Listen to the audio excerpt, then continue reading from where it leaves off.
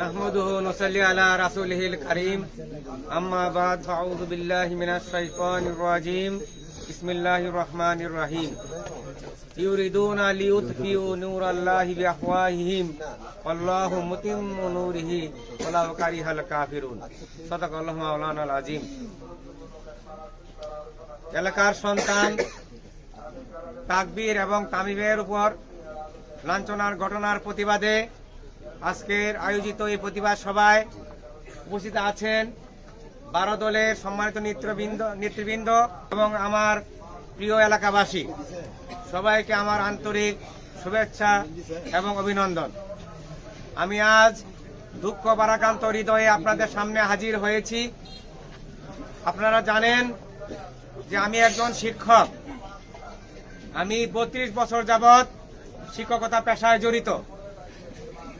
এই রয়্যালবাড়ি সহ পাইকোড়া সহ আশেপাশে অনেকগুলো ইউনিয়নের আমার শত শত ছাত্র রয়েছে।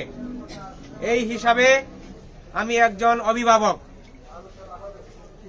আমার সরলতার সুযোগ নিয়ে, আমার ভদ্রতার সুযোগ নিয়ে এই এলাকার কিছু উচ্ছৃঙ্খল লোক গতকাল যে ন্যাক্কারজনক কাণ্ডটি ঘটিয়েছে তার জন্য আমি হিসেবে মর্মাহত।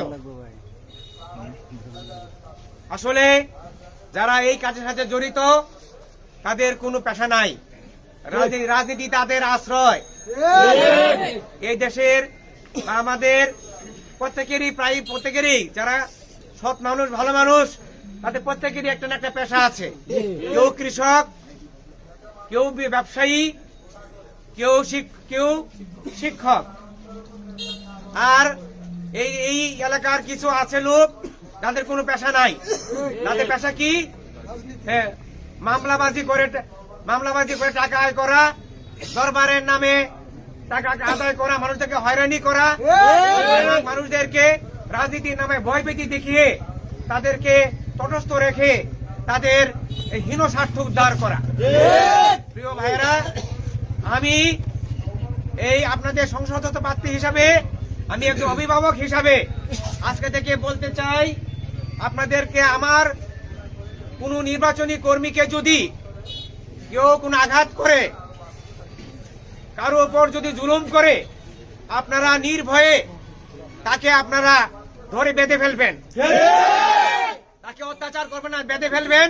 বেঁধে ফেলে আপনি আমাকে খবর দিবেন অথবা আমাদের লোকদেরকে খবর দিবেন।